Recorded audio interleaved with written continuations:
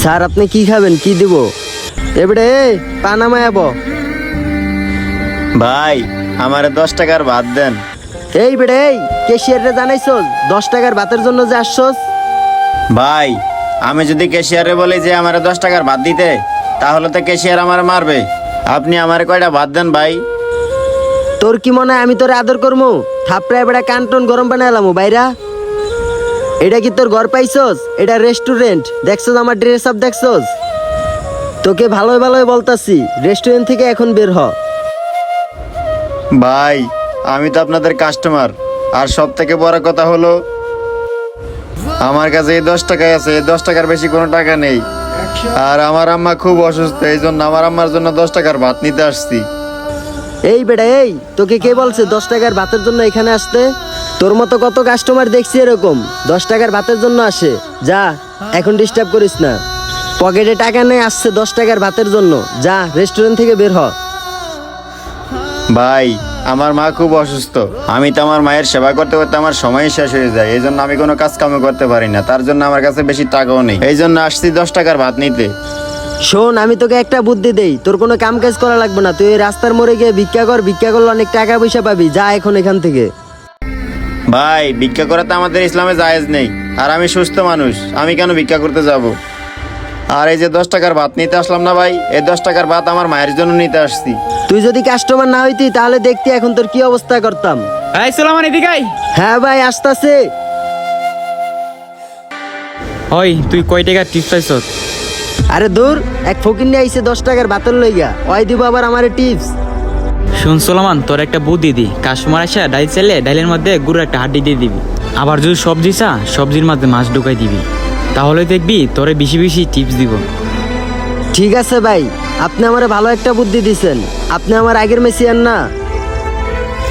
কিরে, তুই এখন এই জায়গায় বইয়ের স্কিল লেগে যাস নাকি এখান থেকে? এই বেটা যা। ওই বেটা এত আস্তে আস্তে আরো স্কিল লেগে চালু আট। আরে স্যার আপনি এখানে, আপনি এই অবস্থা কেন? এই মে চারে করে দোষেন কেন? ওই বেটা ওই 10 টাকার ভিখারি আবার তোর সার হয় কেমনে? ফাইজলামি করো আমার লাগে?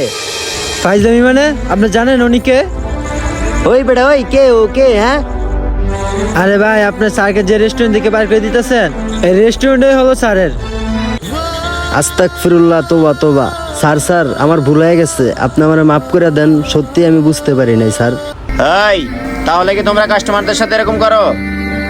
স্যার আমি বুঝতে পারি নাই আপনি যে আমাদের এই রেস্টুরেন্টের মালিক।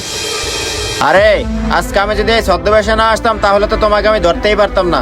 আর আজকে যদি আমার জায়গায় কোনো গরিব অসহায় মানুষ থাকতো, তাহলে তো তুমি তার সাথেই কাজটাই করতা।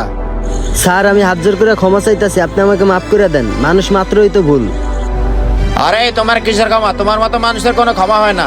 আর আমি তো জানতাম আমার ওই রেস্টুরেন্টে 2টা সৎ কর্মচারী পেয়েছি, আর যাদের ভরসা আমি এই রেস্টুরেন্টে রেখে গেছি, তারা আমার রেস্টুরেন্ট কিভাবে চালাইতেছে তা যাচাই করার জন্য আমি এভাবে আসছি।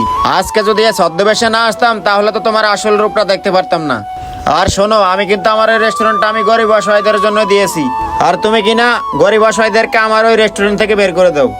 শোনো, তোমাকে একটা কথা বলি, তোমাদের মতো অসৎ কিছু কর্মচারীর কারণেই ব্যবসা প্রতিষ্ঠানের বদনাম হয়। আর আজকের পর থেকে আমার রেস্টুরেন্টে তোমার আর কোনো জায়গা নেই, তুমি এখন এখান থেকে যাও। স্যার আপনি আমাকে শেষবারের মতো আরেকটা সুযোগ দেন। শোন, তোদের মতো কর্মচারীকে যদি আমি আবার সুযোগ দেই, তাহলে নেক্সটে তোরা এই ভুলটা আবার করবি। তাই আমি তোদেরকে আবার সুযোগ দিয়ে আমার রেস্টুরেন্টের বদনাম করতে চাই না। আর একটা কথা শোন, কালকে থেকে যাতে তোকে আর আমার ওই রেস্টুরেন্টে না দেখি। আর এখন রেস্টুরেন্টে যাই আমি ওইটাকে বের করতেছি, তুই এখন আমার চোখের সামনে থেকে যা। সকল রেস্টুরেন্টের এবং ব্যবসা প্রতিষ্ঠানের মালিকদের একটা কথা না বললেই নয়, আপনারা যে ম্যানেজার বা দোকানের কর্মচারীর উপর দায়িত্ব দিয়ে রাখেন, কখনো কি যাচাই করে দেখেছেন আপনার দেয়া দায়িত্ব তারা সঠিকভাবে পালন করতেছে কিনা? তাই আপনাদেরকে বলতে চাই, যাদেরকে দায়িত্ব দিবেন তাদেরকে একটু যাচাই করে নেবেন।